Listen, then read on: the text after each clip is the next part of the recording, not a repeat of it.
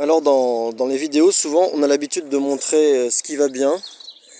Et là je me suis dit que c'était pas mal de montrer la réalité pas forcément terrible des choses. Et là vous pouvez voir le jardin, voilà, que c'est enherbé, que c'est pas terrible. Il y a plein d'herbes partout, il y a plus de participants, c'est calme. Sauf Marion que je remercie de me soutenir encore de temps en temps. Et en fait, il y a quelques années, il y a 2 ou 3 ans, on s'était demandé qu'est-ce qu'on pouvait avoir comme idée pour faire venir un petit peu de monde. Et donc c'était l'Assemblée Générale, et il y a eu l'idée qui est sortie. Ah, il va y avoir le train qui va passer.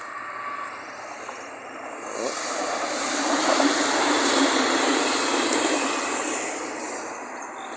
Et l'idée était venue de se dire que si on pouvait faire venir les enfants de l'école, ça pourrait faire venir participer les parents. Donc on avait contacté l'institutrice qui avait été partante pour le projet, donc il venait faire classe sur le jardin une demi-journée par mois. Voilà, donc elle venait, parfois accompagnée par des parents d'élèves, et elle venait faire ses cours de maths, ses cours de français, de façon autonome dans ce jardin. Là, ça a été un petit peu nettoyé, vous allez comprendre pourquoi. Parce qu'il y a environ un mois, quand ils sont venus, le jardin était tellement enherbé qu'ils n'ont pas pu faire classe comme ils la font d'habitude. Donc elle m'avait fait parvenir un mail en disant que elle avait été très contente de venir faire classe depuis 2 ans, mais que cette fois-ci ça avait été un petit peu compliqué pour elle.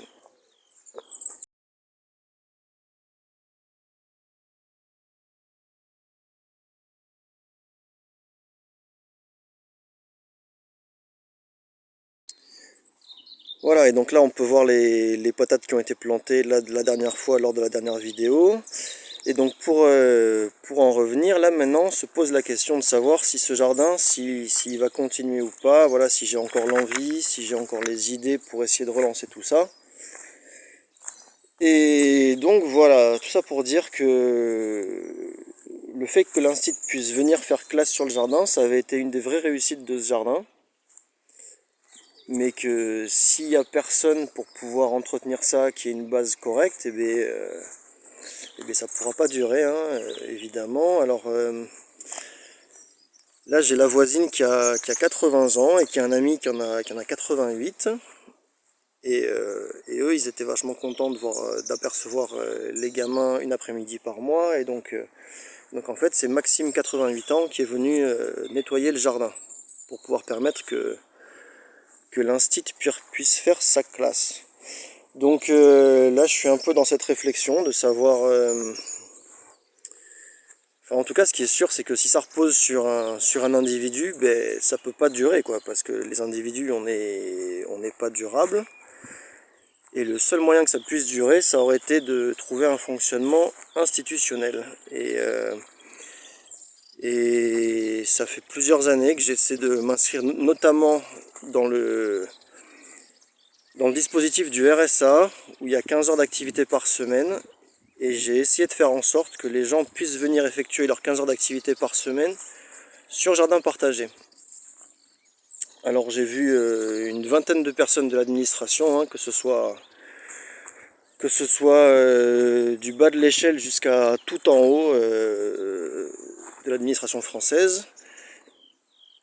Et force est de constater que le résultat n'est pas très probant.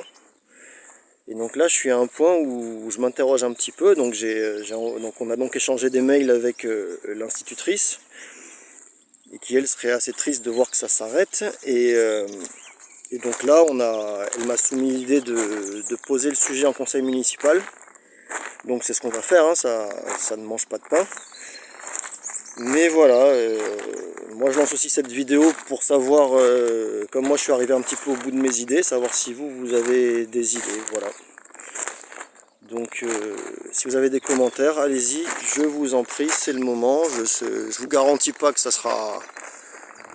qu'on va les appliquer, hein, parce que j'ai déjà essayé pas mal d'idées, mais je suis quand même curieux, voilà.